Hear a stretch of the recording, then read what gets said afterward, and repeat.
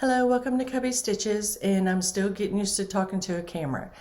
Thank you very much for finding my channel and for watching, and if you like and subscribe, I'd appreciate it. Any comments that you have, leave them down below. And today we're going to go over a natural remedy to get stains out of anything pretty much.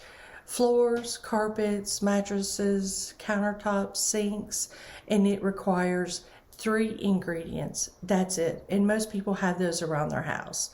I also wanted to show you a cross stitch picture that I'm working on and absolutely love it. My husband is a Marine, so anything that I can get my hands on that's patriotic, that is what I work on. Also, too, I have a quilt of valor that I'm working on for my father-in-law. He is a retired Air Force Master Sergeant, I think. And so I'm trying to get that together for Thanksgiving in a matter of 2 days. I have most of it together, but I will be showing you that as well. But I wanted to take a few minutes and show you my cross stitch picture that I'm working on because I'm in love with it. So this is the pattern. It's a gold collection, and you can see the flag and you can see the eagle. Isn't that pretty? I don't know if you can see it that well. There you go. And this is what I've gotten completed so far, and I'm hoping to get it finished here. I cannot put a timeline on it. I try to work on it as much as I can, but this is what I have so far. And if you ask about the little needle minders, is what I call them, but they're magnets for your needle holder. And what I do is I usually have both needles. I have 2 needles here. Both needles loaded with the color that I'm working on, so that way it doesn't take too much time. It's not interrupted much. But the beautiful sky, and you can see the mountaintop and the waterfall here. And you can see a little bit of the flag, and you can see the stars and stripes right here.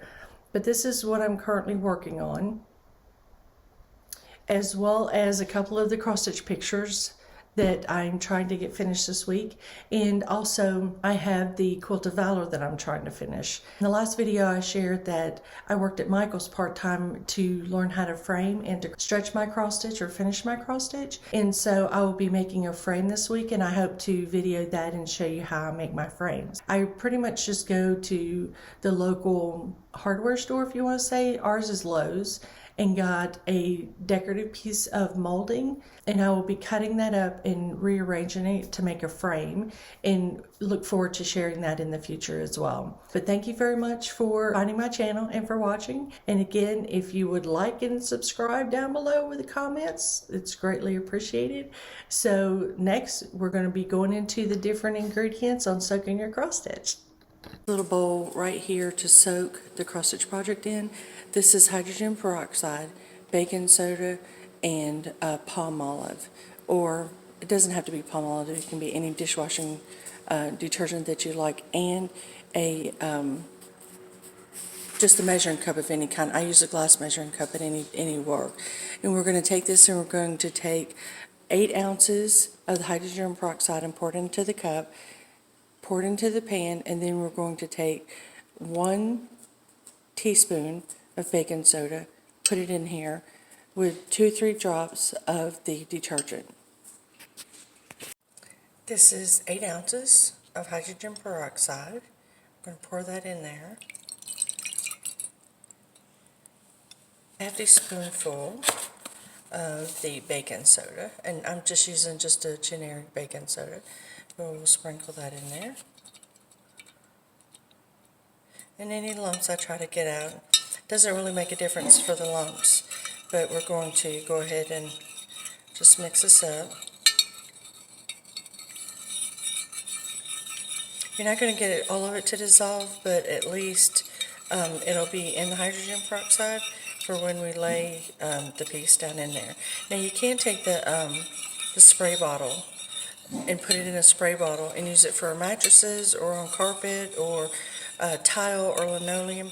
It actually gets the stain out and the smell. We used it for a little handicap miniature Dotson. A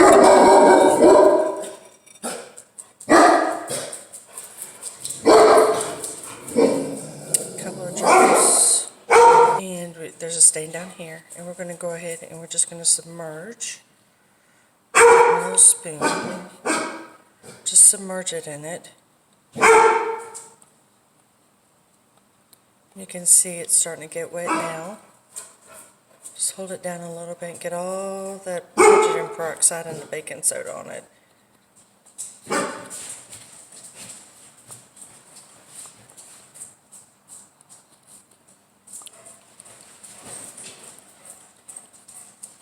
And what we're actually going to do is we're going to leave it.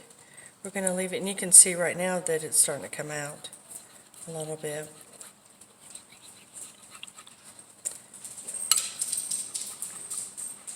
And the little grass. So we're just going to leave it in there, and you can see the bubbles are starting to do their things. I'm just going to leave it in there. I don't know if this helps any with this, but I'm doing it anyway just for my peace of mind. There were some little stains down here, and you can see that they're pretty much already gone.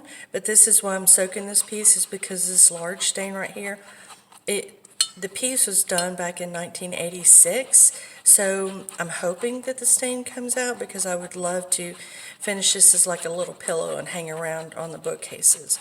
But I'm just kind of massaging this little piece here, trying to get it into all the different little fibers. You can see here, but even so, I mean, it's making the picture, I don't know if you can see it, but it makes the picture look even brighter. Isn't that awesome? Little stain right here, hopefully get that out. But this is my main concern, is there's a little stain right here, and then there's this large stain right here. But I'm going to let this soak all day long, and hopefully the hydrogen peroxide will kind of stick out for me all day long. Once the hydrogen peroxide evaporates, it will leave the baking soda that I put into the solution.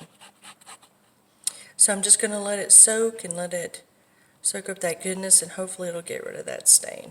I've never done a stain this large before, and I usually just spray it onto the cross-stitch picture, so I'm not exactly sure. Like if this helps, then I'm going to start doing it this way. But if not, I'll go back to the spray bottle, because the spray bottle is not as messy. But we're just going to let this sit there the rest of today and see how this comes out. Take the piece that has a stain on it right here. Hi y'all, we're back, and we're looking at the stain that we had earlier, and this has been in here I did it yesterday morning, so it's been over 24 hours. I tried to just do it for a couple of days, since it was an old stain. So we're going to take it out and we're going to look at it, and actually makes the fabric look a lot brighter. But you can see that the stain is mostly gone. I figured that there's still going to be a little bit of residue left from it, but it'll be okay because it's a 34-year-old stain. So we're just going to, you can see at the bottom, all this is baking soda that's left over. And what I would do is I would take the spoon and I would just kind of like dump some of that on the front of it to get all the goodness out. But you can see here, take the piece that has a stain on it right here, that the stain is a lot better. And I'm okay with that since it's so old. But what we're going to do is I'm going to put it to the side, and what I'm going to do is I'm going to rinse it and get all the baking soda off of it, because it'll dry, as you can see down here. And I'm going to put it on my little storage bag that I had. Move this out of the way. And you can see on the storage bag here how much brighter. See, these are old. So I just left that. I wasn't really worried about that because I'll cut it off. But this looks so much better. And I'll try to show you a before and a after for the stain. But you can see that it looks so much better. Most of it is gone. Isn't that awesome? It looks so much brighter.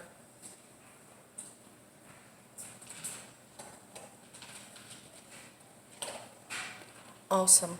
So I wanted to take this time, show you my natural recipe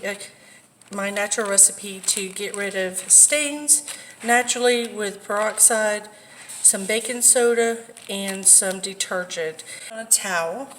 And I've gotten, as you rinse it, you'll have some soapiness. It'll feel like soap on your hands. And so what I do is I just rinse it really, really good, get all the baking soda and the hydrogen peroxide. And then I take it and I will roll it up, take all the excess out of it, and I'll let it dry for a couple of days, and then I'll iron it. And then I can work on finishing this little project for everyone, and we'll roll it really, really good, and we'll squish it. Squish, squish, squish, squish. And what I'll do is I'll probably put it on my ironing board to let it dry in the other room.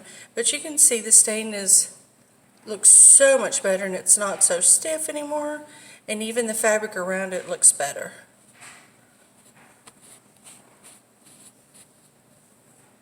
One thing left to show you is I have a finish, and I talked about this last week, and the needle just came off of it, so I'm really excited to show you. This is one that I did say I wanted to make a pillow out of, and so this is the little smile, and I did end up making a pillow, and I chose this fabric with the lamb and the little bunny rabbits and the little chickadees. Isn't that adorable? Isn't that so cute?